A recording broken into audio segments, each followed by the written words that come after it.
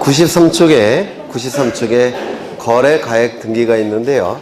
거래가액 등기. 이거는 시간을 좀 아끼기 위해서 프린트를 좀 보겠습니다. 프린트. 시간을 좀 아끼기 위해서. 프린트 어디를 보시냐면,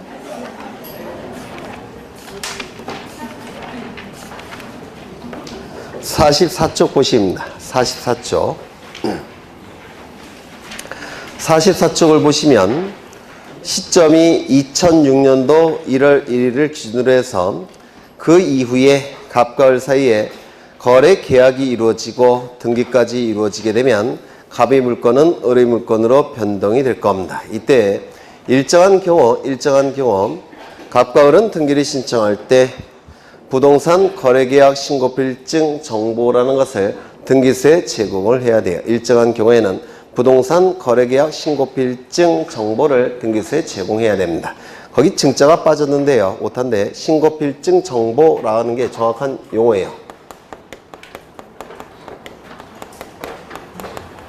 이게 등기법에 규정되어 있는 용어인데요. 그런데 등기예규에서는 아직까지 거래계약 신고필증이라는 표현도 씁니다. 등기예규에서는 법조문에서는 신고필증 정보라고 표현하고 있고요. 예규에서는 신고필증이라고도 표현합니다. 그래서 혼용해서 쓰고 있어요. 일정한 경우에는 부동산 거래계약 신고필증 정보를 등기 신청 시 제공해야 되는데, 이게 제공이 되면 등기관은 이 신고필증 정보에 기록되는 거래가액을 갑구의 권리자 및 기타란에 거래가액을 기록을 해야 됩니다. 이를 거래가액 등기라고 불러요. 여기서 갑구의 권리자 및 기타란, 요게 출제됩니다. 갑구, 을구의 권리자 및 기타란이 아니라 갑구의 권리자 및 기타란에 거래가액을 등기를 합니다. 그런데 부동산이 수개이거나 부동산이 여러 개라고 한다면 이때는 부동산별로 거래 금액이 다 다르겠죠. 그렇죠. 또한 당사자가 수인인 경우, 그러면 당사자별로 책임지는 금액이 다르겠죠. 그렇죠. 이때는 부동산 거래계약 신고필증 정보 이거 갖고 해결이 안 되고 매매 목록을 제공해야 됩니다. 첨부해야 돼요. 매매 목록. 부동산마다 당사자별로 금액을 따로 기록을 해야 되니까 이때는 매매 목록을 제공해야 됩니다. 그러면 매매 목록이 제공되면 이때도 갑구의 권리자 및 기타란에 매매 목록 번호를 기록해야 됩니다. 매매 목록 번호를. 그러면 번호를 보고 이제 필요한 사람은 확인할 수가 있을 겁니다. 그렇죠. 이때 일정한 경우는 어느 경우, 여기서도 이때도 부동산이 수개이거나 당사자가 수인일 때는 거래신고필증 정보가 아니라 매매 목록을 제공해야 된다는 거, 요게 출제가 됩니다. 이것도 기억하셔야 되고, 그 다음에 일정한 경우라 하면 등기의 목적이 소유권 이전 등기를 목적으로 하고, 동시에 등기 원인이 아니에요. 등기 원인 증서가 매매 계약서일 때에 요 두 가지 요건이 충족이 될 때만 이 거래신고필증 정보나 매매 목록을 첨부하는 겁니다. 이거 외우셔야 돼요. 등기의 목적이 무슨 등기를 목적으로 할 때? 소유권 이전 등기를 목적으로 할 때. 등기 원인 증서가 어떤 서류일 때? 매매 계약서일 때.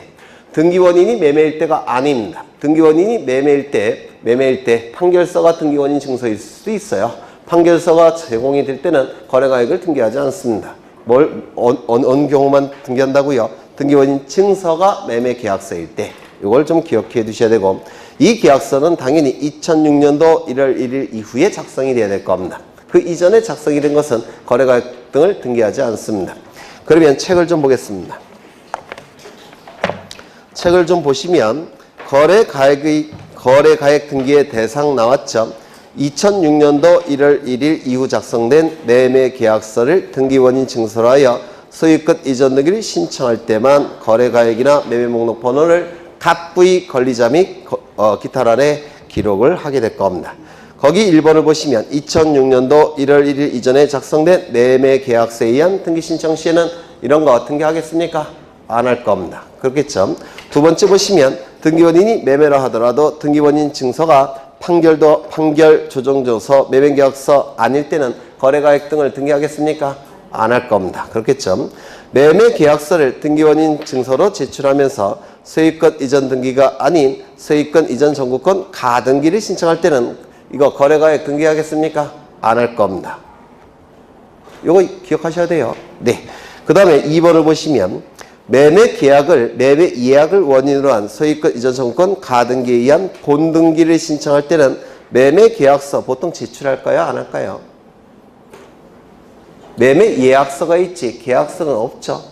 민법에서 하셨을 거예요. 예약 완결의 의사표시만 이루어지면 매매 계약이 성립되죠. 예약 완결권만 행사하면 이때 매매 계약이 자동적으로 성립되기 때문에 매매 계약서는 따로 없어요. 그래서 이때는 첨부할 수가 없습니다. 계약서는. 그래서 이것도 좀 이해를 하셔야 되고요. 그 다음에 그 정도 보시면 될 것 같아요. 그 다음에 등기 신청의 치하가 나오는데 이 등기 신청의 치하는 민법에서 얘기하는 취소를 의미하는 것인지 아니면 우리 행정법에서 얘기하는 철회를 의미하는 것인지 요게 출제될 여지가 있습니다. 치하는 취소인가 철회인가 이 두 개의 차이점은 이 취소는 민법에서 하셨겠지만 일단 법률행위 효력이 발생합니다. 발생했다가 취소권자의 취소권 행사에 의해서 소급해서 무효가 되는 것이 치하예요. 행정법에서 얘기하는 철회는 취소와 달라요. 법률행위 효력이 발생하기 이전에 없는 상태로 돌리는 게 철회라는 개념입니다. 이거는 일단 법률행위 효력이 발생한 다음에 없는 상태로 돌리는 거. 요 철회는 효력이 발생하기 이전에 없는 상태로 돌리는 게 철회예요. 차이점 느끼실 수 있습니까? 그렇죠. 네. 그러면 우리 판례가 어느 쪽으로 부르냐면 요걸로 봅니다. 철회. 그래서 효력이 발생하기 이전에 없는 상태로 돌리는 게 바로 치하예요. 어떠한 차이점이 있느냐면 요거는 일단은 효력이 발생했죠. 효력이 발생했기 때문에 신청 정보는 환부 안 됩니다. 신청 정보는 이미 효력이 발생했기 때문에 그렇습니다. 그 다음에 수수료 이것도 환부가 안 돼요. 왜? 등기관이 일을 했으니까. 그런데 이쪽으로 보게 되면 얘기가 달라집니다. 신청행위 효력이 발생하기 전에 없는 상태로 돌리는 거니까 신청 정보는 효력이 발생하기 전이에요. 그러면 신청 정보 환부해 줍니다. 수수료도 등기관이 일을 하기 전으로 봅니다. 그러면 수수료도 환부가 됩니다. 이 차이점 느끼십니까? 이쪽으로 보게 되면 신청 정보는 환부 안 되고요. 수수료도 환부 안 됩니다. 첨부 정보만 환부해줘요. 첨부 정보는 사용을 안 했으니까. 그런데 이쪽으로 보게 되면 신청 정보 환부, 첨부 정보 환부, 등기 수수료까지 환부가 됩니다. 이런 차이점이 있는데 국민의 입장에서 볼 때는 어느 쪽이 유리합니까? 철회. 그래서 이 철회로 간주합니다. 우리 판례는 철회로 간주한다는 거 기억해 두셔야 되고요. 첫째 줄 나와 있죠? 철회로 간주한다는 거 기억하시고요. 두 번째, 우리 민법에서는 취소권이건 철회권이건 특별수권이 대리인에게 필요하다고 공부하셨죠? 네. 그래서 이 철회도, 치하도 대리인에 의해서 이루어질 때는 특별수권이 필요합니다. 민법과 똑같아요. 그렇죠. 특별수권이 필요하다는 거 그 밑에 줄에 있죠. 그 다음에 한 페이지 넘겨보시면 두째 줄에 등기권리자, 등기의무자 어느 일방만에 의해서 등기 신청을 취하하게 되면 상대방에게 예측할 수 없는 손해가 발생할 수 있겠죠. 따라서 공동신청에 의해서 등기가 이루어지는 경우 취하도 공동신청을 통해서 취하가 돼야 됩니다. 이거 이해가 되실까요? 그렇죠. 그 다음에 시기 이것도 꼭 외워두셔야 됩니다. 등기를 마치기 전까지만 철회가 가능해요. 등기를 다 끝냈다면 철회할 수 없겠죠. 효력이 발생하기 때문에 안 될 겁니다. 등기를 마치기 전까지만 철회가 가능하고요. 그 다음에 이 취하하는 방법은 방문 신청은 당연히 출석해서 취하를 해야 될 테고요. 전자 신청의 경우에는 인터넷을 통해서 등기를 신청했으니까 취하도 인터넷을 통해서 취하를 할 수 있을 겁니다. 그 다음에 일부 취하가 좀 기억되셔야 되는데 하나의 등기 신청에 있어서 일부 취하는 가능할까요? 예를 들어서 지상권 설정자와 지상권자가 지상권 등기를 공동으로 신청합니다. 그런데 원래 처음에 등기를 신청할 때는 신청 정보에 지료가 들어가 있었습니다. 지료, 연 100만 원 이렇게. 그런데 등기를 신청했다가 지료만 철회할 수 있냐, 취하할 수 있느냐 이거 가능할까요? 안 돼요. 이거는 복잡한 법률 관계를 뒤에 발생시키기 때문에 하나의 등기 신청에 있어서 일부 취하는 불가능합니다. 이거 기억하셔야 돼요. 하나의 등기 신청에 있어서 일부 취하는 허용되지 않습니다. 그런데 여러 개의 등기 신청이 하나의 신청 정보를 신청하는 경우 있죠. 일괄 신청. 일괄 신청은 한 개의 등기 신청입니까? 여러 개의 등기 신청입니까? 여러 개의 등기 신청이죠. 이때 일부 취하는 가능합니다. 하나의 등기 신청에 있어서 일부 취하는 허용되지 않지만 여러 개의 등기 신청에 있어서 일부 취하는 허용이 됩니다. 복잡한 법률 관계를 발생시키지 않기 때문에 그렇습니다. 요거 좀 기억해 두셔야 되고요. 그 다음에 등기 신청의 보정이라는 문구가 나오는데 등기를 신청했는데 등기 신청 정보에 빠뜨린 부분이 있다든지 잘못 기록된 부분이 있을 때는 보충하여 정정할 수가 있는데 등기 신청의 보정이라고 불러요. 등기 신청 정보에 빠진 부분을 보충해서 정정하는 거 또는 잘못된 부분을 고쳐서 정정하는 거 이를 등기 신청의 보정이라고 부릅니다. 기간을 기억하셔야 되겠죠. 보정을 명한 날이 다음 날까지. 보정을 명한 날이 다음 날까지. 거기 나와 있죠. 2번에. 이거 좀 외워두셔야 되고요. 그러면 등기 신청 정보에 빠진 부분이 있을 때 등기관은 보정 명령을 내릴 의무가 있느냐. 사법부 소속의 공무원들은 좀 일반 행정부 소속의 공무원과 좀 달라요. 좀 여유롭게 법조문들이 규정되어 있어요. 그래서 등기 신청 정보에 빠진 부분이 있을 때는 보정을 내릴 의무는 등기관에게 없습니다. 이거는 자유재량이에요. 그래서 각하 결정을 해도 되고 보정 명령을 내릴 수도 있습니다. 그건 선택사항입니다. 이것도 좀 기억해 두셔야 되고요. 거기 방법에서 1번에 나와 있죠. 고지 의무는 없다. 이것 좀 기억하셔야 되고요. 보정은 등기관의 면전에서 한다. 방문 신청의 경우에는 면전에서 해야 되겠죠. 네. 그 다음에 오른쪽을 보시면 등기 신청 사건이 등기할 것이 아닌 경우 이게 무조건 한 문제 정도가 출제되는 부분이죠. 이걸 외울 수는 없고요. 민법 지식을 가지고 하나씩 이해를 하셔야 돼요. 하나씩. 먼저 1번을 보시죠. 부동산 일부에 대한 소유권 이전 등기, 저당권 등기, 그 다음에 가압류 가처분 등기 가능합니까? 불가능합니까? 불가능하다고 했죠. 그러면 권리의 일부에 대한 소유권 등기, 저당권 등기, 가압류 가처분 등기 가능합니까? 이건 가능하다고 했죠. 누누이 외우시라고 강조를 드렸죠. 두 번째, 물권적 청구권을 보존하기 위한 가등기 가능합니까? 가등기 할 때 했는데 여기 이러한 부동산이 있고요. 소유자가 갑입니다. 갑이 을과 매매 계약을 체결합니다. 을에게 소유권 이전 등기 청구권이 발생하겠죠.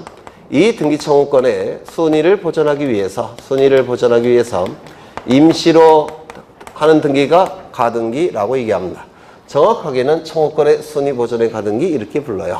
나중에 본등기를 하게 되면 본래의 등기를 하게 되면 어느 시점에 물건이 발생합니까? 본등기 시점에 물건이 발생하죠. 물건 변동 시점은 어느 시점이라고요? 본등기 시점에. 그러면 물건을 가진 자가 가지고 있는 청구권이 뭡니까? 물청이죠. 맞습니까? 그러면 물청이 발생하는 시점은 본등기 시점에 물청이 발생해요. 물권적 청구권은. 그러면 본등기 이전에 을이 갖고 있는 청구권이 뭡니까? 채청. 맞습니까? 그럼 이 가등기는 본등기 이후에 하는 겁니까? 이전에 하는 겁니까? 이전에 하는 거예요. 따라서 이 가등기는 채권적 청구권에 대해서 가등기하는 것이지 물권적 청구권에 대해서는 가등기할 필요가 없죠. 본래 물건을 가졌는데 뭐하러 가등기하겠습니까? 그렇죠. 그래서 물청에 대해서는 가등기할 수 없고 채청에 대해서만 가등기가 가능할 겁니다.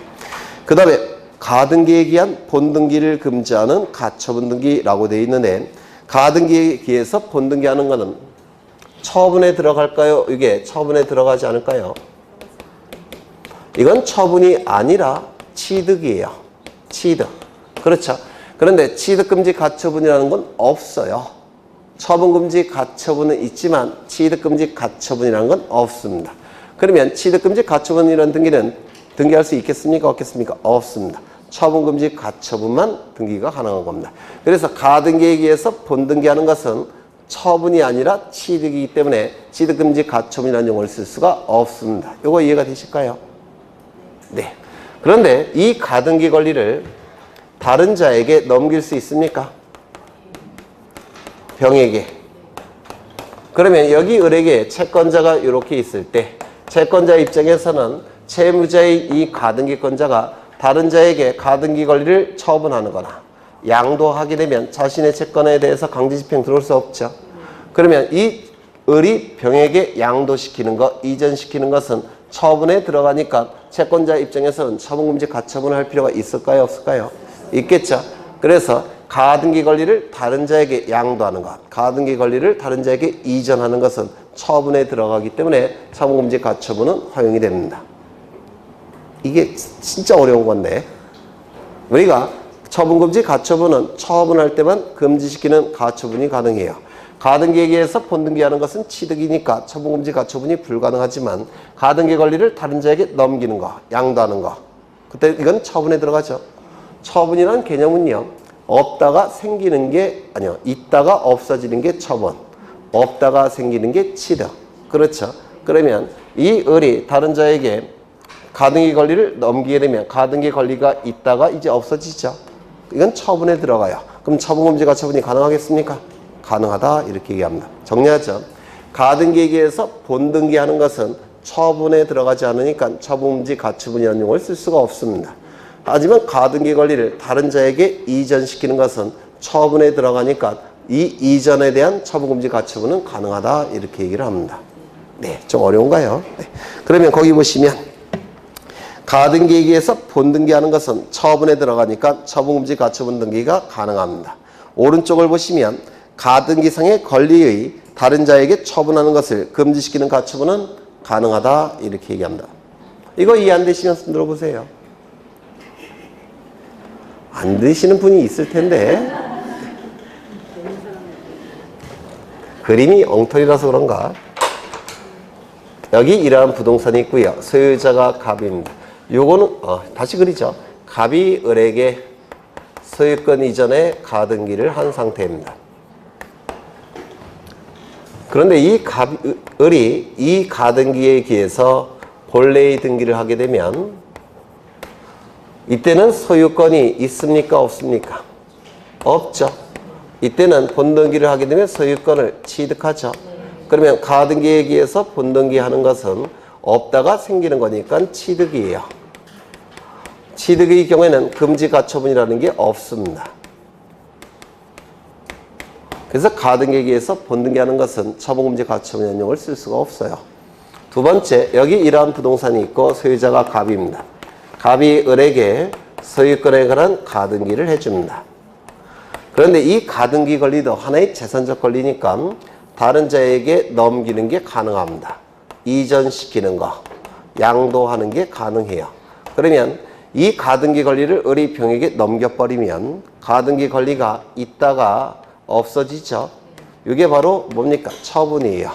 그러면 이거는 처분에 들어가니까 처분하는 것을 금지시키는 임시의 법원의 처분이 가능하겠습니까? 이건 가능하다 이렇게 얘기를 하게 됩니다. 용어 갖고 설명하는 거예요. 그 다음에 3번 수인이 가등기 권리자 중 1인이 가등기 권리자 1000원 명의의 본등기는 이거는 불가능해요.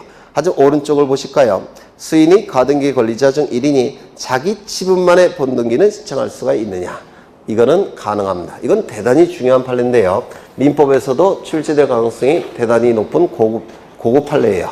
이거 좀 보겠습니다. 이거 했던 거예요. 옛날에. 기억이 안 나시겠지만. 갑은 이 부동산을 취득하고 있는데요. 이때 이 부동산의 시가는 3억짜리입니다. 그래서 갑은 A, B, C와 매매 계약을 체결합니다. 그러면 이 A, B, C는 소유권 이전 등기 청구권을 갖게 될 겁니다. 맞습니까? 이 등기 청구권의 순위를 보존하기 위해서 임시로 등기를 하는 경우가 있습니다. 가등기 권리라고 얘기해요. 그렇죠. 이때 A, B, C는 1억씩 부담을 했습니다. 그러면 이 가등기 권리를 A, B, C는 얼마씩 갖고 있을까요? 3분의 1씩 갖고 있겠죠. 3분의 1 가등기 권리를 가지게 될 겁니다. 이걸 뭐라고 부르냐면 준공유한다 라고 얘기합니다. 준공유한다. 준공유. 소유권일 때는 공유라는 표현을 쓰고요. 소유권 이외의 권리일 때는 준공유라고 쓸 겁니다. 만약에 A, B, C 사이가 동업관계라고 한다면 동업의 목적이 있죠. 그때는 공유가 아니라 목적이 있을 때는 공동의 목적이 있을 때는 뭐라고 불렀습니까? 합의요. 그렇죠. 그런데 저는 동업의 목적이라는 표현을 안 썼죠. 네. 그래서 공동의 목적이 없으니까 준공유가 맞을 겁니다. 그러면 이제 이 A가 3분의 1 지분을 가진 A가 전원 명의로 본등기할 수 있느냐. 이렇게 A, B, C로 본등기할 수 있느냐. 공동의 목적이 있다고 했습니까? 없다고 했습니까? 없다고 했어요. 그래서 가등기권자 1위는 전원 명의로 본등기할 수 없습니다. 그러면 이건 가능한가? 가등기 권리를 자신의 지분에 대해서만 가등기할 수 있느냐? 이건 가능합니다. 공동의 목적이 없으니까. 그렇죠? 이게 왜 자꾸 중요하냐면 대법원 판례가 왔다리 갔다리 하고 있어요. 근데 현재는 지금 요겁니다. 가등기권자 1위는 자신의 지분에 대해서 본등기할 수 있지 전원 명의로 본등기할 수는 없다는 겁니다. 왜? 공동의 목적이 없으니까. 이거 기억하셔야 됩니다. 이거 좀 꼭 이거는 안 되고 이것만 된다는 겁니다. 그러면 그 설명이 됐고요. 다시 한번 읽어보죠. 수인이 가등기 권리자 중 1인이 가등기 권리자 전원 명의로 본등기 신청할 수 있다 없다? 없다. 오른쪽 보시죠. 가등기 권리자 중 1인이 자기 지분만의 본등기를 신청할 수 있다 없다? 있다. 꼭 기억하셔야 돼요. 그 다음에 5번 공유자 중 1인이 자기 지분만에 대한 보존등기는 안 된다고 했죠. 전원 명의의 보존등기는 가능하다고 했고 상속인 1인이 자신의 지분만에 대한 상속등기는 안 된다고 했죠. 전원 명의의 상속등기는 가능하다고 했습니다. 그렇죠. 그 다음에 합의 지분에 대한 가압류 등기, 가처분 등기 가능할까요? 안 될까요? 안 된다고 했죠. 왜? 합의 지분은 공동의 목적에 의해서 구속을 받기 때문에 양도가 원칙적으로 금지되어 있습니다. 따라서 등기부에 기록하지 않습니다. 지분을. 등기부에 기록하지 않으니까 합의 지분에 대한 가압류 가처분 등기는 불가능한 겁니다. 지난 시간에도 설명을 드렸어요. 그렇죠. 임차권은 원칙적으로 가압류 가처분의 대상이 됩니까? 안 됩니까? 안 돼요. 채권이라서 등기부에 기록되지 않기 때문에. 등기된 임차권은 가압류 가처분의 대상이 됩니까? 이건 된다고 했죠. 네, 그거와 같은 맥락이에요. 그 다음에 합의 지분에 대한 가압류 가처분 등기는 안 되고 합의 지분에 대한 이전 등기 가능합니까? 안 된다고 했죠. 왜요? 합의 지분은 등기부에 기록되지 않기 때문에. 그렇죠. 그럼 공유 지분은 가압류 가처분 등기 됩니까? 되죠. 공유 지분은 상속 등기나 이전 등기 가능합니까? 가능하겠죠. 그 다음에 농경지를 목적으로 한 전세권 등기 가능합니까? 우리 헌법에는 소작제를 금지하고 있다고 그랬죠. 따라서 소작제와 가장 유사한 농지에 대한 전세권 등기는 무조건 금지입니다. 그렇죠. 그러면 소작제와 관련이 없는 지상권 등기, 전세권 등기 이건 가능하겠습니까? 가능할 겁니다. 농지에 대한 임차권 등기도 소작제와 유사하죠. 하지만 이거는 금지되어 있지만 예외가 허용됩니다. 폭넓게. 그런데 전세권 등기만큼은 완전히 금지되어 있습니다. 소작제와 너무 똑같기 때문에 그래요. 그 다음에 구분 건물이 대지권 취지 등기를 한 경우 대지권 등기가 이루어지면 등기관은 직권으로 해당 구에 대지권 취지 등기를 한다고 했죠. 기억나십니까? 그렇죠. 그때는 토지 건물만에 대한 소유권 이전 등기 가능합니까? 돼요? 안 돼요? 안 된다고 했죠. 대지권의 일체성이 깨지기 때문에 토지만에 대한 소유권 이전 등기 안 되고 건물만에 대한 소유권 이전 등기 안 되고 토지만에 대한 저당권 등기도 안 되고 토지만에 대한 소유권 이전 등기도 안 된다고 했죠. 네. 그 다음에 오른쪽을 보시면 1번 설명했고요. 2번 설명했고 3번 설명했고 4, 다 설명했네요. 네. 안 한 거 있나? 없죠. 네. 이제 등기필 정보를 보겠습니다.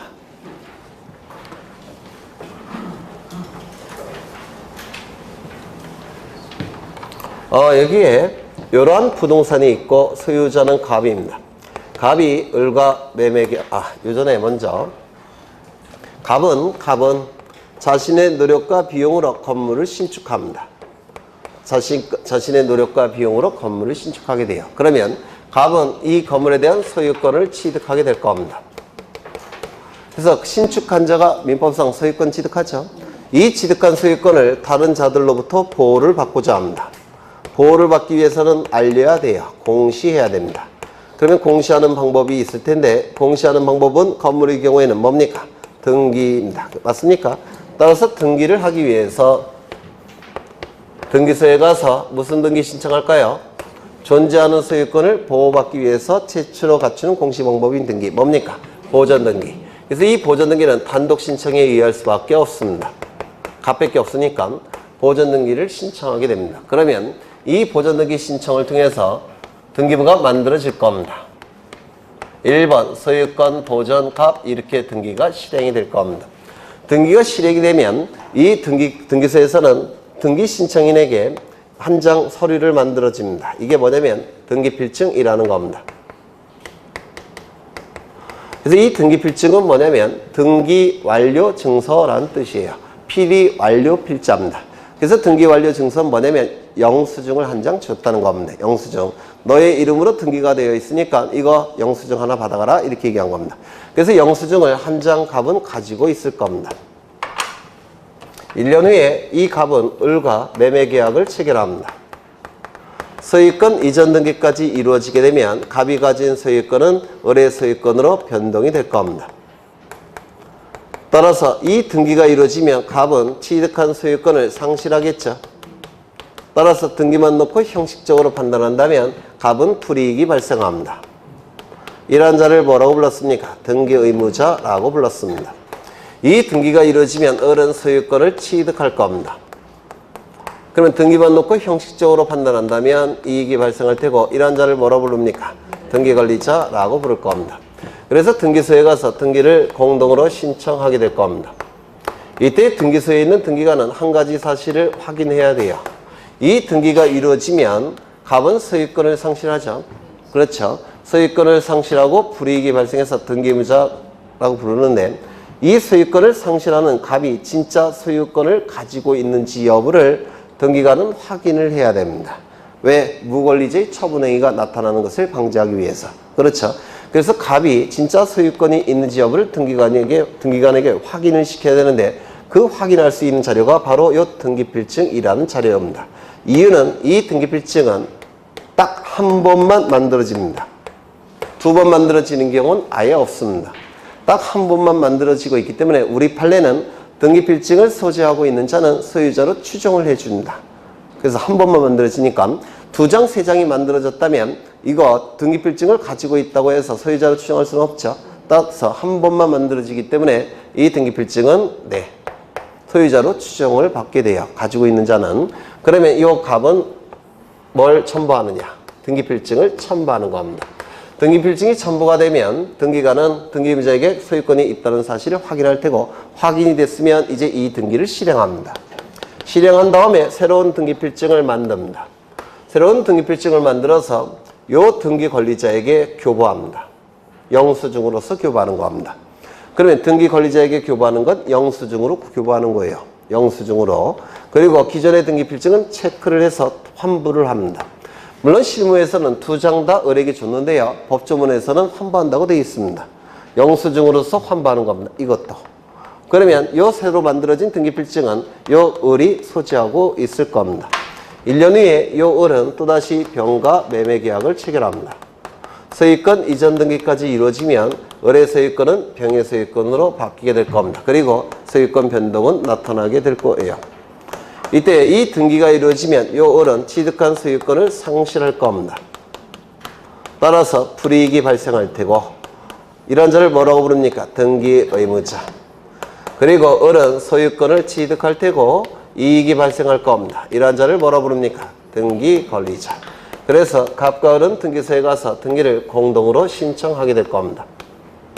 이때 등기관은 한 가지 사실을 반드시 확인을 해야지만 이 등기를 실행해 준다고 그랬죠. 무권리자의 처분행위가 나타나는 것을 방지하기 위해서. 그렇죠. 그래서 이 권리를 상실하여 불이익이 발생하는 등기의무자는 뭘 첨부해야 됩니까? 등기필증을 첨부합니다. 따라서 이 등기필증이 첨부가 되면 등기의무자에게 권리가 있다는 사실을 확인했고 확인이 됐으니까 무권리자의 처분행위가 나타날 여지가 없죠. 그래서 을의 이름으로 등기를 해줍니다. 그리고 이제 영수증으로 한 장 다시 만들어서 등기권리자에게 교부했고 이건 체크한 다음에 영수증으로 돌려주는 겁니다. 이게 바로 등기필증이 하는 역할이에요. 그러면 이러한 등기필증은 누가 등기소에 제출하는 겁니까? 등기의무자가. 맞습니까? 등기의무자가 등기소에 제출하는 겁니다. 그러면 등기의무자가 있다는 얘기는 단독 신청이라는 겁니까? 공동 신청이라는 겁니까? 공동 신청. 그렇죠. 그래서 공동 신청의 경우 누가 첨부하는 겁니까? 등기의무자가 첨부하는 겁니다. 그러면 단독 신청의 경우에는 등기 필증을 제출할 필요가 있습니까? 없습니까? 없죠. 단독 신청의 경우에는 등기 의무자가 존재하지 않기 때문에 등기필증을 제출할 필요가 없습니다. 그런데 단독 신청인데도 불구하고 등기 의무자가 있는 경우가 있었죠. 언제입니까? 네? 승소한 등기 의무자가 판결에 의한 등기 신청. 이거는 등기 의무자가 존재하죠. 네. 이때는 등기필증을 제출해야 됩니다. 왜냐하면 그 승소한 등기 의무자가 상대방 이름으로 등기가 이루어진 다음에 등기필증을 가지고 있으면 이자는 그 등기필증을 가지고 장난칠 수가 있어요. 내가 등기필증 가지고 있으니까 내가 싸게 줄 테니까 사가라 이렇게 소유권이 이미 상대방에게 넘어갔음에도 불구하고 등기필증을 가지고 있으면 이 부동산 사기를 저지를 가능성이 있습니다. 그래서 승소한 등기 의무자가 판결에 의한 등기를 신청할 때는 가지고 있는 등기필증을 등기소에 제공해야 됩니다. 그게 유일한 예외예요. 이거 좀 기억해 두셔야 됩니다. 그렇죠? 그런데 이게 등기필증이 두 가지 기능을 수행했는데요. 등기필증은 두 가지 기능을 수행했습니다. 어떤 기능을 수행했죠? 그렇죠. 영수증으로 교부가 됐죠. 영수증으로 교부가 됐죠. 영수증으로 교부가 됐습니다. 따라서 영수증의 기능을 수행합니다. 두 번째, 무권리자의 처분 행위가 나타나는 것을 방지하기 위해서 등기 의무자는 등기소에게 자신에게 권리가 있다는 사실을 확인시켰죠. 맞습니까? 즉, 등기 의무자가 권리가 있다는 사실을 등기관에게 확인을 시켰습니다. 그렇죠. 그래서 이건 결국은 등기의 진정성을 확보하기 위한 겁니다. 무권리자의 처분 행위가 나타나는 것을 방지하기 위한 거예요. 등기의 진정성을 확보하기 위해서 누가 첨부한다고요? 등기 의무자가 첨부하는 겁니다. 이거 그렇죠. 네. 그런데 지금은 등기필증이 이제 없어졌다고 그랬죠. 이제는 만들지 않아요. 그러면 등기필증이 수행했던 기능은 다른 제도가 대신해야 되죠. 요 영수증의 기능은 누가 대신한다고 했습니까? 등기완료 통지가. 등기완료 통지가 이 영수증의 기능을 수행하고요. 그 다음에 등기의 진정성을 확보하기 위해서 등기 의무자가 등기소에 제공하는 거. 이거는 뭐가 대신한다고 했습니까? 등기필 정보가 이 기능을 대신한다고 했습니다. 그래서 예전에 등기필증이 수행했던 기능은 두 가지 제도가 대신을 하게 됩니다. 하나는 영수증의 기능은 등기완료 통지가. 그러면 이때 줘야 되는 거는 등기필증을 주는 게 아니라 뭘 주는 겁니까? 영수증을 주는 겁니다. 그렇죠? 그 다음에 이걸 주는 거예요. 이거를. 그 다음에 이 기능은 이거는 누구에게 교부하는 겁니까? 등기권리자에게 교부한 거예요. 그렇죠? 등기권리자에게 교부한 겁니다. 이렇게 두 가지 제도가 다 대신하는 겁니다. 이때 이 등기필 정보와 등기 완료 통지가 이제 출제가 되는데요. 이 등기필 정보는 언제 이러한 기능을 수행하기 위한 요건이 필요하죠. 그래서 이러한 기능을 수행할 때만 등기필 정보가 필요한 겁니다. 그래서 이러한 기능을 수행하기 위해서는 일정한 요건을 구비해야 되는데 그 일정한 요건을 제가 반드시 외우라고 부탁을 드린 적이 있어요. 그 요건은 뭐였습니까? 권리에 관한 등기에 있어서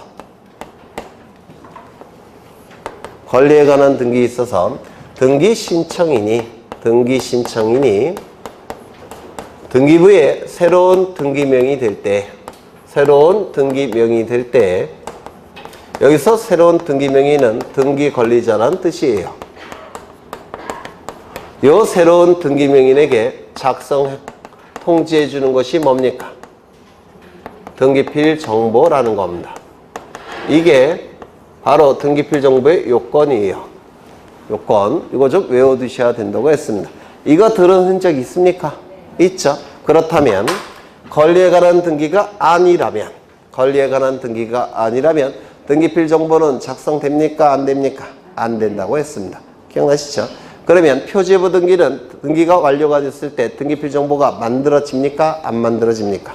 안 만들어져요. 표지부 등기는 등기필 정보가 있을 필요가 없습니다. 그렇죠? 그 다음에 신청인이 없을 때 등기필 정보가 만들어질까요? 안 만들어질까요? 안 만들어집니다. 맞습니까?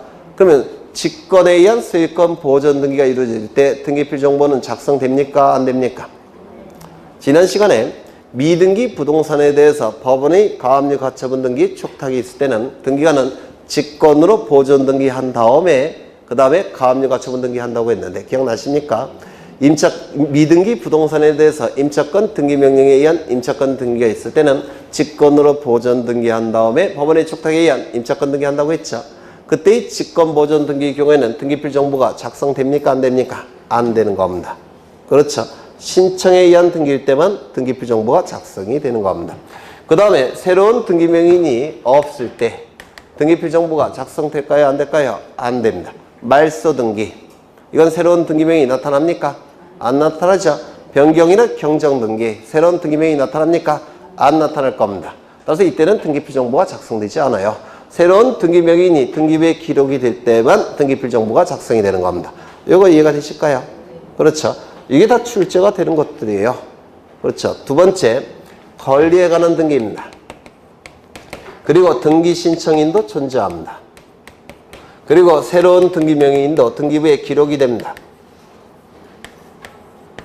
그런데 이 등기 신청인과 새로운 등기명인이 다른 사람입니다. 이때는 등기필 정보가 작성되지 않습니다. 같은 사람일 때만 작성이 되는 겁니다. 신청인이 새로운 등기명인이 아닐 때 그때는 등기필 정보가 작성되지 않아요. 여기에 해당되는 게 첫 번째 뭐가 있을까요? 승소한 등기의무자의 판결에 의한 등기 신청. 신청인은 누굽니까? 등기의무자. 등기부에 기록되는 자는 누굽니까? 등기권리자. 이때는 신청인과 등기명인이 같은 사람입니까? 다른 사람입니까? 이거 머릿속에 떠오르세요. 승소한 등기의무자의 판결에 의한 등기 신청. 등기의무자가 신청하죠. 등기부에 기록되는 자는 등기권리자죠. 따라서 이때는 다른 사람이죠. 등기필 정보는 작성되지 않습니다. 승소한 등기의무자가 판결에 의해서 등기 신청할 때 이때는 등기필 정보가 작성되지 않습니다. 두 번째, 채권자 대위 신청. 채권자 대위 신청은 등기 신청인은 누굽니까? 채권자. 등기부에 이름이 올라가는 자는 누굽니까? 네? 채무자. 같은 사람입니까? 다른 사람입니까? 다른 사람이에요. 따라서 이때도 등기필 정보가 작성되지 않습니다. 되셨죠? 그렇죠. 세 번째, 직권에 의한 소유권 보전 등기. 직권에 의한 소유권 보전 등기. 이건 아예 신청인이 없죠. 등기필 정보 작성됩니까? 안 됩니까? 안 된다고 했죠. 맞습니까? 네 번째, 이 등기필 정보는 등기의 진정성을 확보하기 위해서 작성되는 겁니다. 맞습니까? 그렇다면 강공서가 등기를 촉탁할 때는 등기필 정보가 필요합니까? 필요 없습니까? 필요가 없습니다. 따라서 강공서의 촉탁에 의한 등기. 이때도 등기필 정보가 필요가 없습니다. 이거 이해가 되실까요? 그러면 이상한 결과가 나타납니다. 어떤 결과가 나타났냐면 새로운 등기명인이 분명히 존재합니다. 새로운 등기명인들이 존재해요. 그렇죠? 새로운 등기명인이 존재하는데 등기필 정보가 아예 작성이 안 됩니다. 왜? 신청하지 않았으니까. 그렇죠? 그러면 그 새로운 등기명인은 자신의 이름으로 등기가 됐다는 것을 알까요? 모를까요? 모릅니다. 더욱이 등기완료 통지도 안 받을 겁니다. 왜? 신청한 적이 없으니까. 그러면 자신의 이름으로 등기가 됐다는 사실을 모릅니다. 이건 웃긴 거예요.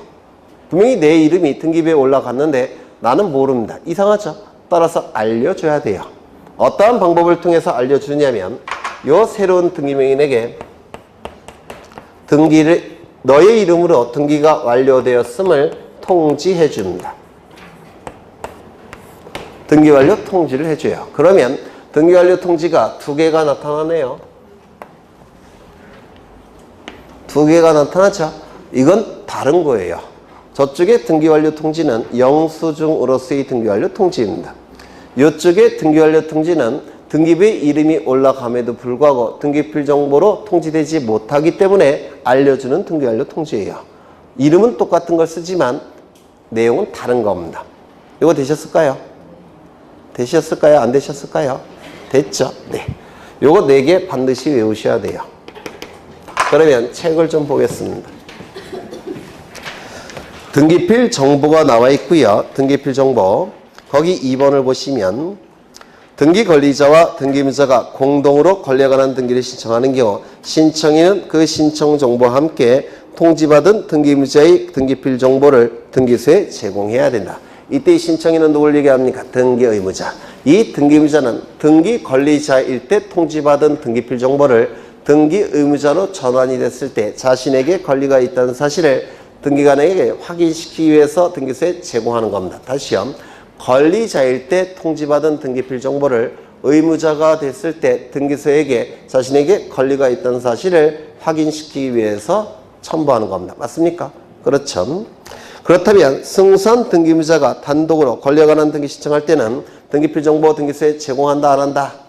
제공한다. 기억하셔야 돼요. 이거 제공하지 않으면 그거 갖고 장난을 칠 수가 있기 때문에 그렇습니다. 그렇겠죠?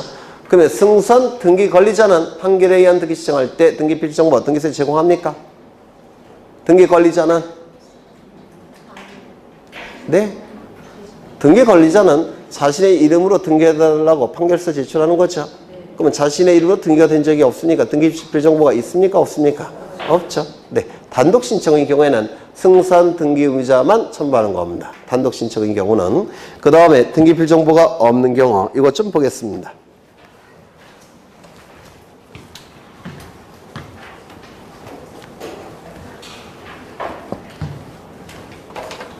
여기 이러한 부동산이 있고요. 소유자가 갑입니다. 갑이 을과 매매 계약을 체결합니다. 소유권 이전 등기까지 이루어지면 갑이 가진 소유권은 을의 소유권으로 바뀔 겁니다. 이때 갑은 등기 의무자, 을은 등기 권리자가 될 겁니다. 그래서 등기소에 가서 등기를 공동으로 신청하게 될 겁니다. 그런데 이 등기 의무자는 등기 권리자일 때 받은 등기필 정보를 가지고 있겠죠. 이때 등기 권리자일 때 받은 등기필 정보를 등기소에 신청할 때 등기소에 어떻게 한다고 했습니까? 제공해야 된다고 했죠. 맞습니까? 그런데 이게 없어졌다는 겁니다. 그래서 이 등기필 정보는 딱 한 번만 만들어지는데 이게 종이로 만들어지는 경우도 있고 컴퓨터 파일 형태로 만들어지는 경우도 있어요. 그러니까 등기 권리자일 때 방문 신청했다면 그때는 종이로 나오겠죠. 등기 권리자일 때 인터넷을 통해서 신청했다면 컴퓨터 파일로 나오겠죠. 그렇죠. 그런데 이거 종이로 만들어졌다면 뭐 애들이 찢어버릴 수도 있죠. 컴퓨터 파일 형태로 만들어졌다면 하드디스크 포맷해버리면 없어지죠. 그러면 이게 없어질 때도 있다는 겁니다. 그런데 이건 한 번만 만들어집니다. 절대로 두 번 만들어지는 경우는 없어요. 그러면 등기관에게 자신에게 권리가 있다는 사실을 다른 방법을 통해서 확인해야 됩니다. 확인시켜야 됩니다. 맞습니까? 확인시키는 방법은 세 가지가 있는데요. 첫 번째, 직접 등기소에 출석합니다. 직접 출석해서 확인을 받습니다. 물론 다른 증거 자료를 가지고 확인을 받아야 될 겁니다. 뭐 계약서, 납세증명서 이런 다른 자료를 가지고 등기소에 출석해서 확인을 받으면 될 겁니다. 확인이 이루어지면 이 등기소에서는 확인조서라는 걸 작성을 해줘요. 그러면 이런 주소까지 작성이 됐다면 따로 첨부할 필요가 있습니까? 없습니까? 없게 돼버립니다. 두 번째, 갑이 등기를 신청할 때는 확인을 할 수가 있지만 직접 출석했으니까 갑이 직접 신청하지 않고 대리인에게 위임합니다. A에게. 이 대리인이 변호사나 법무사일 때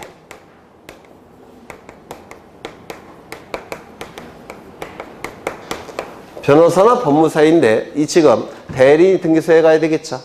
그러면 보통은 이 등기필 정보를 이 대리인에게 준 다음에 대리인이 제출해야 될 겁니다.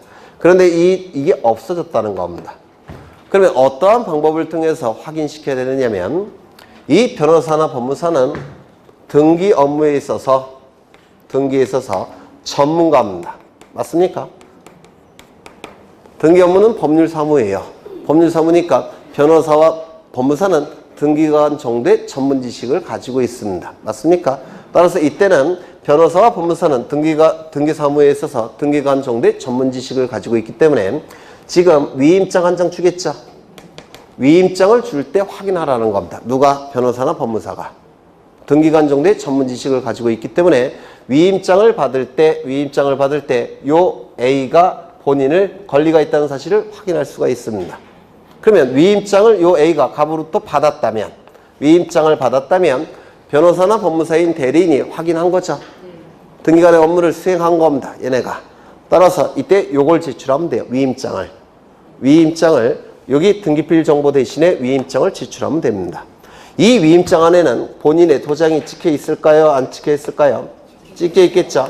따라서 이 위임장을 제출할 때 뭐도 첨부할까요? 인감증명도 첨부를 해야 됩니다. 그래서 지금은 위임장이라는 용어를 안 쓰고 위임 확인 정보라는 용어를 써요. 그래서 위임 확인 정보 플러스 인감증명을 등기소에 대리인이 제출하면 이게 등기필증의 역할을 수행하게 됩니다. 이게 가능한 이유는 이 변호사나 법무사는 등기관 정도의 전문 지식을 가지고 있기 때문에 요 변호사나 법무사가 본인이 권리가 있다는 사실을 확인을 했다는 겁니다. 이거 이해가 되실까요? 되실까요? 네. 이거 꼭 외워두셔야 돼요. 위임 확인 정보 플러스 인감증명. 위임 확인 정보 플러스 인감증명 반드시 외우셔야 되고요. 두 번째, 이 A가 변호사도 아니고 법무사도 아닌 일반인입니다. 일반인이라면 등기에 있어서 등기관 정도의 전문 지식이 있겠습니까? 없겠죠. 그렇다면 위임장 받을 때 확인할 수 있습니까? 없습니까? 없을 겁니다. 이거 이해가 되실까요? 그러면 이때는 본인과 일반인이 대리인이 공증인 사무실로 갑니다. 공증인 사무실에 가서 요 갑이 작성한 부분에 대해서 공증을 받습니다. 그러면 이게 왜 가능하냐면 이 공증인은 우리나라에서 변호사만 공증인이 될 수가 있어요. 변호사 자격이 없는 공증인이 될 수가 없습니다. 우리나라에서. 그러면 여기 변호사일 테니까 등기관 정도의 전문 지식을 가지고 있습니까? 있겠죠. 따라서 여기 공증인이 본인이 권리가 있는지 여부를 확인한 다음에 공증을 해준다는 겁니다. 그럼 이 공증 정보는 등기필 정보의 역할을 수행하게 됩니다. 왜? 공증인이 확인했으니까. 이거 이해가 되실까요? 그러면 이 공정증서에는 갑의 도장이 찍혀 있을까요? 안 찍혀 있을까요? 찍혀 있겠죠. 따라서 뭐도 같이 첨부합니까? 인감증명. 그래서 공증정보 플러스 인감증명 이렇게 외워두셔야 돼요. 다시 정리하죠. 본인이 직접 등기를 신청할 때는 등기필 정보가 없어지게 되면 그때는 직접 출석해서 확인을 받아야 됩니다. 그런데 직접 출석할 수 없는 상황에서는 대리인을 통해서 등기 신청하겠죠. 이때는 직접 출석해서 확인받을 수가 없을 겁니다. 이때는 다른 방법을 써야 되는데 대리인이 변호사나 법무사일 때는 위임장을 한정 주겠죠. 위임 확인 정보. 위임장을 받을 때 변호사나 법무사는 본인이 권리가 있는지 여부를 확인한 다음에 위임장을 받더라는 겁니다. 그러면 위임장을 변호사나 법무사가 가지고 있다면 이건 확인이 된 겁니다. 따라서 이 위임장을 등기 신청 시 첨부하면 됩니다. 그런데 대리인이 변호사도 아니고 법무사도 아닐 때는 이 본인이 작성한 부분에 대해서 공증을 받게 됩니다. 이 공증인은 우리나라에서 변호사니까 당연히 등기관 정도의 전문 지식을 가지고 있어요. 그렇다면 공증 정보를 대리인이 가지고 있다면 확인이 된 겁니다. 따라서 공증 정보를 등기필 정보 대신 제출하는 겁니다. 이때 공증 정보에는 도장 찍혀 있으니까 공증정보 플러스 인감증명 하면 됩니다. 그래서 등기필 정보가 없는 경우 세 가지 기억해 두셔야 돼요. 인감증명과 같이 연결해서 넘기겠습니다. 그 다음에 어디를 보시냐면 96쪽을 보시는데 등기필 정보의 작성 나와 있고요. 거기 첫 번째 보시면 등기관이 등기 권리자의 신청에 의하여 라는 표현이 있으니까 등기 권리자의 신청에 의하여. 그러면 등기 권리자는 누굴 얘기하는 겁니까? 등기 명의인을 얘기하겠죠. 따라서 등기 명의인의 신청에 의하여. 무슨 뜻입니까? 신청인과 등기 명의인은 같은 사람이어야 된다는 겁니다. 네. 그 다음에 등기 신청인이 등기 명의인이 된다는 뜻이고요. 다음 중 어느 하나의 등기를 하는 때는 등기필 정보를 작성해야 되는데 그 이외의 등기를 하는 때는 등기필 정보를 작성하지 아니한다 이렇게 되어 있죠. 첫 번째 보시면 등기할 수 있는 권리로 규정하고 있는 권리를 보전, 설정, 이전하는 등기를 하는 경우. 여기서 뭘 할 수 있습니까? 권리에 관한 등기라는 거 알 수 있죠. 맞습니까? 권리에 관한 등기. 그리고 보전, 설정, 이전은 전부 다 보전 등기 명의인, 이전 등기 명의인, 설정 등기 명의인이 존재합니까? 보전 등기가 이루어지면 보전 등기 명의인이 존재하지 않습니까? 소유권 이전 등기가 이루어지면 소유권 이전 등기 명의인이 존재하지 않습니까? 저당권 설정 등기가 이루어지면 저당권자, 즉 저당권 설정 등기 명의인이 존재하죠. 이건 뭘 얘기하는 겁니까? 등기 권리자가 등기 명의인이 된다는 겁니다. 등기 권리자가 있다고 해서 항상 등기필 정보가 작성되는 건 아니에요. 아까 말소 등기할 때도 등기 권리자는 존재하죠. 하지만 말소 등기 명의라는 게 있습니까? 없죠. 그래서 등기 명의인이 존재한다는 뜻입니다.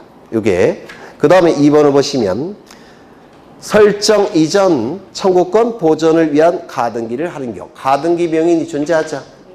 맞습니까? 이건 등기 명의인이 존재한다는 뜻이에요. 여기 보존 등기는 아까 아까 안 했구나. 보존 등기는 가등기할 수가 없어요. 그렇죠? 그래서 거기 보존은 빠져 있는 겁니다. 보존 등기는 가등기가 허용되지 않죠. 나중에 가등기 하실 때 보실 테고. 그 다음에 3번을 보시면 권리자를 추가하는 경정 등기 또는 권리자를 추가하는 변경 등기. 그러면 추가되는 등기 명의인이 존재합니까? 존재하죠. 거기 얘도 기억하셔야 되는데 갑 단독 소유인데 갑을의 공동 소유로 경정이나 변경 등기를 하더라는 겁니다. 그러면 이때 을이라는 새로운 등기 명의인이 나타나죠. 맞습니까? 예를 들어서 전세 금액이 10억인데 12억으로 고칩니다. 변경이나 경정 등기를 통해서 12억으로 고쳐요. 그러면 이때는 새로운 등기 명의인이 나타납니까? 안 나타납니까? 안 나타나죠. 따라서 변경 등기나 경정 등기는 새로운 등기 명의인이 나타나지 않기 때문에 이때는 등기필 정보가 작성되지 않습니다. 그게 원칙이에요. 그런데 단독 소유를 공동 소유로 추가한다면 이때는 변경이나 경정 등기지만 새로운 등기 명의인이 나타납니까? 나타나요? 네, 그때만 등기필 정보를 작성하는 겁니다. 그래서 새로운 등기 명의인이 나타나야지만 등기필 정보가 작성이 되는 겁니다. 이거 이해가 되셔야 되는데 거기 가로에 또 뭐라고 되어 있습니까? 합의자가 추가되는 합의 명의인 표시 변경 등기 이때도 추가되는 새로운 등기 명의인이 나타나죠? 네, 이때만 등기필 정보가 작성이 돼요. 그래서 1번, 2번, 3번의 공통점은 뭡니까? 새로운 등기 명의인이 나타나는 경우입니다. 되셨을까요? 네. 그 다음에 등기필 정보의 기재사항과 구성이 나와 있는데 특히 구성을 기억하셔야 돼요. 구성. 등기필 정보의 구성은 일련 번호와 비밀번호로 구성되어 있고 일련 번호는 영문 또는 아라비아 숫자를 조합한 12개로 구성되고 비밀번호는 총 50개가 부여되어 있습니다. 이거 외우셔야 됩니다. 출제가 되니까 암기하셔야 되고요. 그 다음에 등기필 정보의 작성 방법 이렇게 나와 있는데 이것도 별표 치셔서 기억하십니다. 부동산 및 등기명이 된 신청인별로 작성하되 신청인이 새로운 등기명이 될 때 그 자에게 작성 통지되는 게 등기필 정보죠. 맞습니까? 따라서 신청인별로 작성하는 겁니다. 그 다음에 등기 신청 정보의 접수 연월일, 접수 번호가 동일한 경우에는 부동산이 다르더라도 등기명인별로 작성할 수 있다. 왜요? 신청인별로 작성하는 거니까. 그렇죠. 이건 일괄 신청을 얘기하는 게 될 겁니다. 그 다음에 그러므로 등기명인이 신청하지 않는 다음의 등기 중 어느 하나의 등기를 신청하는 경우에는 등기필 정보를 작성하지 아니한다. 거의 설명드렸죠. 채권자 대위 신청에 의한 등기, 등기관의 직권에 의한 보존 등기, 승소한 등기문제의 신청에 의한 등기. 이때는 신청인과 등기명인이 달라지죠. 따라서 이때는 등기필 정보를 작성하지 않는다고 했고요. 이번에 강공서의 촉탁의 경우 등기필 정보 작성이 됩니까? 작성되지 않는다고 했죠. 등기필 정보는 등기의 진정성을 확보하기 위해서 즉 무권리자의 처분행위가 나타나는 것을 방지하기 위해서 등기 권리자에게 작성 통지됐던 것이 등기필 정보죠. 그런데 강공서가 등기를 촉탁할 때는 등기 진정성이 확보가 됐다고 평가했죠. 따라서 강공서가 등기를 촉탁할 때는 등기필 정보를 작성하지 않습니다. 기억하셔야 돼요. 다만 강공서가 등기 권리자를 위해서 등기를 촉탁하는 경우가 있습니다. 등기 권리자를 위해서. 이것 좀 보겠습니다. 이해하시면 돼요. 여기에 이러한 부동산이 있고 소유자가 갑입니다. 을로부터 돈을 빌립니다. 10억 원을 빌려요. 그냥 빌려주진 않을 겁니다. 담보를 요구할 겁니다. 그래서 갑은 을에게 저당권을 설정하게 될 겁니다. 을은 10억 원의 피담보 채권이 발생을 했을 테고 이를 담보하기 위한 저당권 등기를 할 테고 저당권을 취득할 겁니다. 이때 피담보 채권이 변제되지 않으면 저당권자는 이 저당권을 어떻게 합니까? 실행하겠죠. 맞습니까? 그러면 저당권을 실행하는 첫 번째 절차는 법원에 경매를 신청하는 겁니다. 경매가 신청이 되면 법원에서는 경매 절차를 개시하겠다는 결정을 합니다. 그리고 그 등기를 등기소에 촉탁을 하게 됩니다. 그러면 이제 이 부동산에 대해서는 경매 개시 결정 등기가 실행이 될 겁니다. 그렇겠죠? 그리고 나서 이제 본격적으로 경매 절차가 진행이 돼요. 그러면 경매 절차를 통해서 이제 요즘 매각 절차라는 용어를 더 많이 써요. 그냥 혼용해서 씁니다. 여기 경락인이 있을 겁니다. 요즘 매수인이라는 용어를 더 많이 써요. 혼용해서 써요. 그럼 이 매수인, 경락인은 소유권을 언제 취득합니까? 네? 매각대금을 다 낸 시점, 즉 경락대금을 다 낸 시점에 소유권을 취득하게 될 겁니다. 맞습니까? 그럼 이 경락대금으로부터 피담보 채권에 대해서 순위에 맞춰서 배당을 받아갈 겁니다. 그렇겠죠? 이때 이 A는 소유권을 취득하는데요. 취득한 소유권을 다른 자에게 처분하기 위해서는 등기를 갖춘 다음에 처분을 해야 될 겁니다. 맞습니까?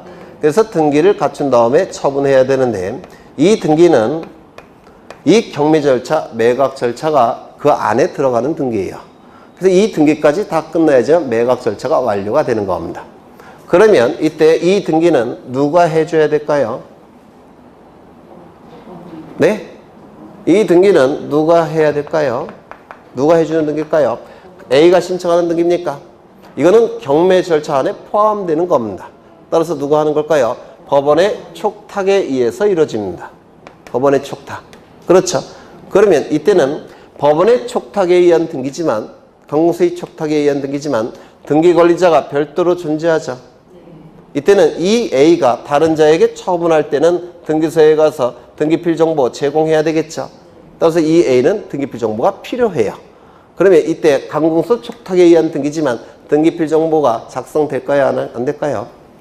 작성돼야 됩니다. 그렇죠. 그래서 강공소의 촉탁에 의한 등기는 원칙적으로 등기필 정보가 작성되지 않지만 등기 권리자가 별도로 존재한다면 그 자가 등기필 정보가 필요하니까 작성돼야 됩니다. 이거 이해가 되실까요?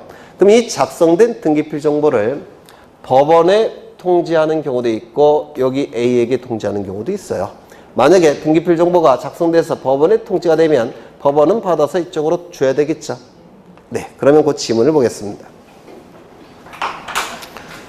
강공소가 등기를 촉탁하는 경우에는 등기필 정보는 원칙이 작성하지 않습니다. 그렇죠. 다만 예외적으로 강공소가 등기 권리자를 위해 등기를 촉탁할 때는 이때는 등기필 정보가 작성돼야 됩니다. 되셨을까요? 네.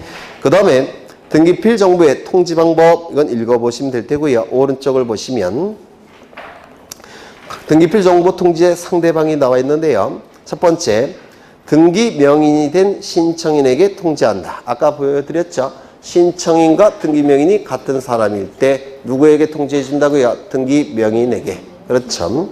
다만 강공소가 등기 권리자를 위하여 등기를 촉탁할 때는 강공소에게 통지할 수도 있고 등기 권리자에게 통지할 수도 있다고 했죠.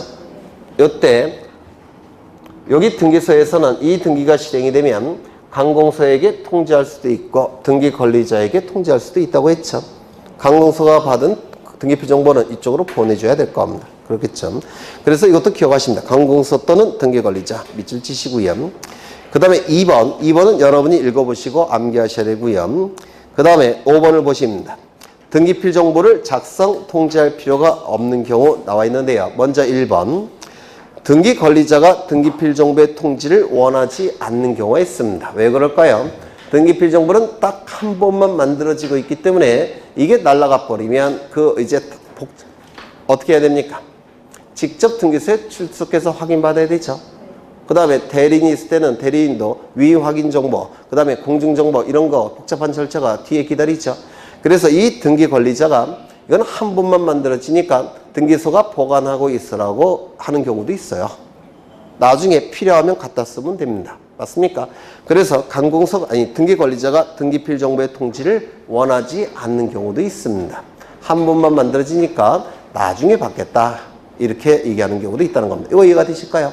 네. 두 번째, 국가나 지방자치단체가 등기 권리자라고 한다면 강공소 촉탁이죠. 등기필 정보 작성이 됩니까? 안 될 겁니다. 대법원 규칙으로 정하는 경우 거기 박스가 나와 있죠. 이게 대법원 규칙이에요. 등기필 정보를 정보 처리 조직으로 통지받아야 할 자가 수신이 가능한 때부터 3개월 이내에 수신하지 않는 경우 딱 3개월만 기다려주는 겁니다. 3개월이 지나가면 통지 주지 않습니다. 일이 많으니까. 2번도 마찬가지죠. 이건 방문 신청의 경우인데요. 등기필 정보 통지서를 방문 신청을 통해서 수령할 자가 등기를 마친 때로부터 3개월 이내에 수령하지 않는 경우. 이 3개월 기억하셔야 되겠죠. 그 다음에 세 번째, 승소한 등기 의무자가 등기 신청한 경우. 이때는 통지가 아니라 작성 자체가 안 되죠. 맞습니까? 그 다음에 4번, 채권자 대위 신청. 등기필 정보가 작성되지 않는다고 했죠. 그 다음에 직권, 소유권 보존 등기. 등기필 정보가 작성되지 않는다고 했죠. 대신 어떠한 방법을 통해서 알려준다고요? 등기 완료 통지. 맞습니까? 등기 완료 통지. 그 다음에 등기 완료 통지가 나와 있는데요. 그 밑에. 거기 등기 완료 통지를 받을 자 나와 있고요. 거기 보시면 거기 두째 줄에 등기관이 등기를 완료할 때는 등기 완료 통지서를 작성하여 신청인 및 다음에 해당하는 자에게 등기 완료 사실을 통지해야 된다라고 되어 있습니까? 여기서 신청인에게 해주는 등기 완료 통지가 뭘까요? 영수증으로서의 등기 완료 통지. 맞습니까? 다음에 해당하는 자에게 해주는 등기 완료 통지는 뭘까요? 이 경우 어디 갔지? 요거 등기필 정보가 작성되지 않아서 등기필 정보 대신에 해주는 등기 완료 통지. 맞습니까? 그래서 신청인에게 해주는 등기 완료 통지가 영수증으로서의 등기 완료 통지고요. 다음에 해당하는 자에게 하는 통지가 바로 등기필 정보가 작성되지 않기 때문에 대신해주는 등기 완료 통지. 이렇게 등기 완료 통지는 두 가지 종류가 있습니다. 이걸 같은 것으로 보시게 되면 이해가 안 돼요. 이걸 구분해서 이해를 하셔야 돼요. 넘기겠습니다. 거기 다음에 해당하는 자 5가지 다 보여드렸는데 1번 승소한 등기 의무자의 판결에 의한 등기 신청에서 등기 명의 되는 자는 등기 완료 통지를 받는다고 했죠. 등기필 정보가 아니라. 2번 채권자 대위 신청에 있어서 그 등기 권리자는 등기 명의를 얘기하죠. 이때는 등기필 정보가 작성되지 않으니까 다른 방법을 통해서 통지받는다고 했죠. 등기 완료 통지. 그 다음에 직권 보존 등기에 있어서 등기 명의, 등기필 정보가 작성되지 않으니까 등기 완료 통지로 통지받는다고 했죠. 그 다음에 마지막으로 강공서의 등기 촉탁에 있어서 그 강공서가 등기를 촉탁할 때는 원칙에 등기필 정보가 작성되지 않는다고 했죠. 대신 등기 완료 통지를 받습니다. 그 다음에 4번을 보시는데요. 등기필 정보를 제공해야 하는 등기 신청에 있어서 등기필 정보를 제공하지 않고 확인 정보 등을 제공한 등기 신청에 있어서 등기 의무자. 이게 뭡니까? 위 확인 정보 플러스 인감 증명, 공중 정보 플러스 인감 증명 기억나십니까? 그때는 대리인이 등기를 신청했으니까 등기필 정보는 등기 의무자가 등기 신청한 게 아니죠. 대리인이 등기 신청했죠.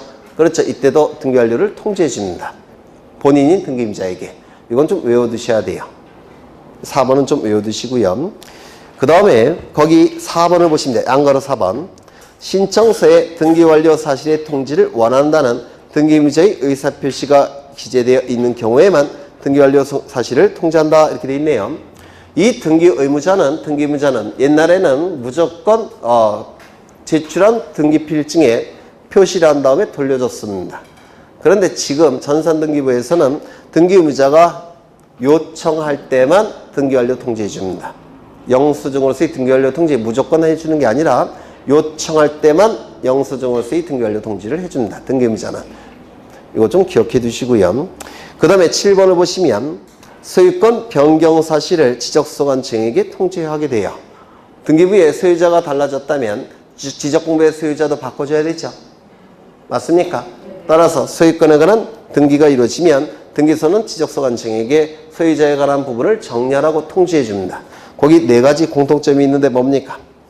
소유권이죠. 소유권. 그 다음에 2번도 기억하셔야 되겠죠. 가등기 명의는 지적공부에 기록됩니까? 가압류 가처분권자는 지적공부에 기록이 됩니까? 안 되죠. 통지할 필요가 없을 겁니다. 그 다음에 우측을 보시면 가세 자료의 제공 나와 있는데 여기서 기억하셔야 될 거는 첫째 줄에 가등기를 포함한다라는 문구 있습니까? 네, 요거 하나 기억해 두십니다. 되셨죠? 네. 그 다음에 어디를 보시냐면 전자신청을 좀 보겠습니다. 전자신청. 오늘 문제를 냈기 때문에 26쪽 가보십니다. 노트 26쪽 피시고요. 노트 26쪽 빨리 피세요.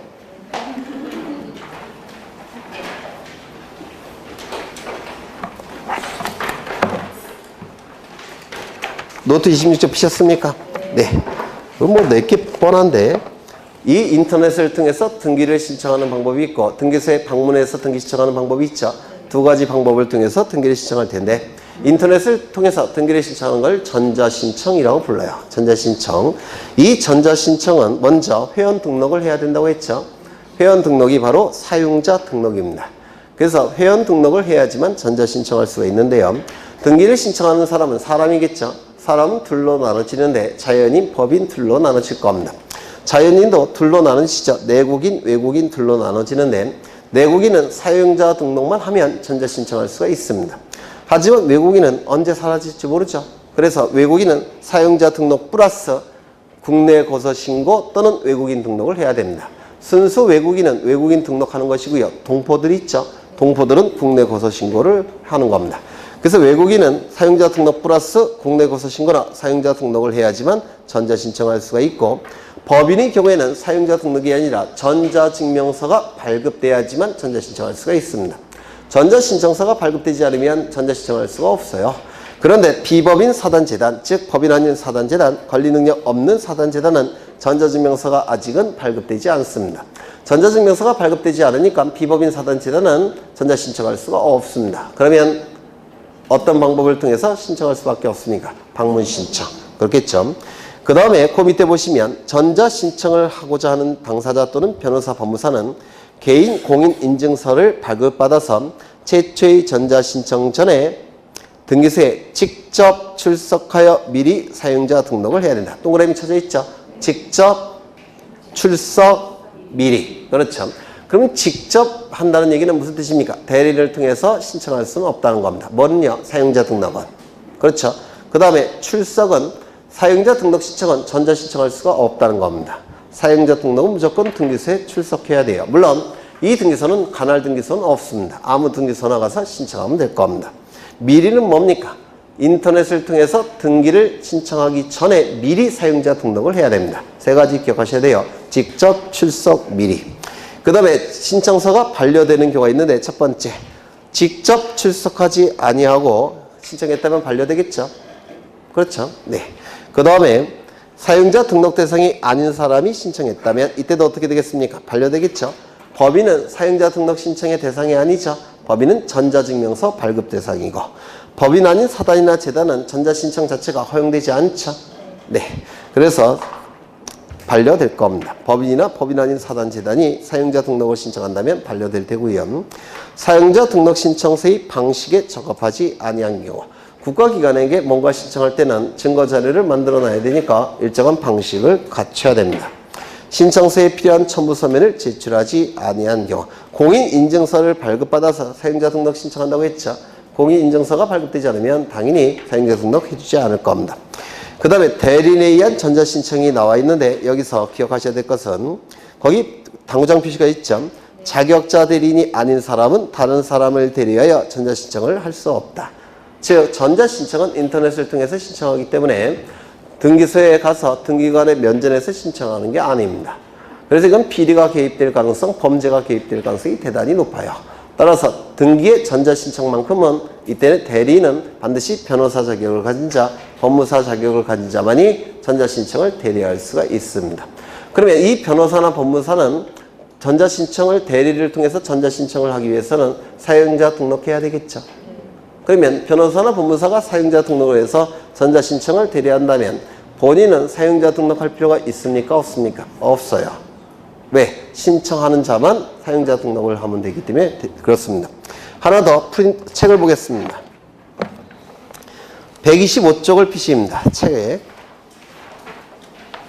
125쪽을 보시면 전자신청을 할 수 있는 자 설명을 했고요. 사용자 인증 이것도 좀 여러분이 읽어보셔야 돼요. 사용자 인증이 돼야지만 전자신청할 수가 있습니다. 넘겨보시면 송신을 보시면 등기신청 수수료를 납부한 당사자 또는 대리인은 등기 신청 수수료를 납부한 후 7일 이내에 등기 신청 정보를 등기소에 송신해야 된다. 즉 수수료를 낸 다음에 7일 이내에 전자신청을 해야 된다는 뜻이에요. 7일 외워두셔야 되겠죠. 그 다음에 전자신청의 접수 나와 있는데요. 접수번호는 자동적으로 생성된 접수번호를 부여한다. 이거 기억하셔야 돼요. 등기관이 개입을 하게 되면 이 번호를 뒤로 순서를 바꿀 염려가 있습니다. 그래서 이걸 막기 위해서 자동적으로 생성된 접수번호를 부여한다는 거 좀 기억해 두셔야 되고요. 그 다음에 조사 교화 업무는 쭉 읽어보시면 돼요. 거기 보정사무가 있는데 보정사항이 있는 경우 등기관은 보정사유를 등록한 후 이거 출제된 적 있죠? 전자우편, 구두, 전화, 기타 모사 전송의 방법에 의해서 사유를 신청인에게 통지해야 된다. 모사 전송은 팩스를 얘기하는 겁니다. 팩스. 그 다음에 보정의 방법 읽어보시고요. 그 다음에 전자신청의 치아가 나와 있는데요. 등기를 전자신청했을 때는 치아도 전자신청의 방법으로 치아야 됩니다. 방문 신청을 통해서 신청했다면 치아도 방문 신청의 방법으로 치아해야 돼요. 다른 방법을 쓰게 되면 이게 절차가 복잡해집니다. 그래서 같은 방법으로 치아를 하는 겁니다. 하지만 각하 결정은 특이하죠. 각하 결정은 서면 신청과 같은 방법으로 각하 결정을 합니다. 특이하니까 이거 좀 기억해 두셔야 되고요. 사용자 등록 나와 있고요. 넘겨보시면 전부 다 설명을 했습니다. 거기 유효기간을 사용자 등록기간을 보시는데요. 사용자 등록기간 등기소로부터 접근 번호를 부여받은 후 10일 이내에 사용자 등록을 해야 된다. 10일 이내 동그라미 치시고요. 그 다음에 유효기간 몇 년입니까? 3년. 유효기간을 경과하여 다시 사용자 등록을 하는 경우에는 최초로 사용자 등록을 하는 절차와 같은 절차에 의해야 된다. 유효기간이 끝났다는 겁니다. 그런데 다시 사용자 등록해야 되겠죠? 그때는 어떻게 해야 될까요? 직접 출석 미리. 그렇죠. 그 다음에 연장 신청이 나와 있는데요. 유효기간 만료일 3월 전부터 만료일까지 유효기간의 연장을 신청할 수가 있는데 그 2번을 보시면 사용자 등록 관리 시스템을 통해서도 할 수 있다 이렇게 돼 있죠. 연장은 전자신청을 할 수도 있다는 겁니다.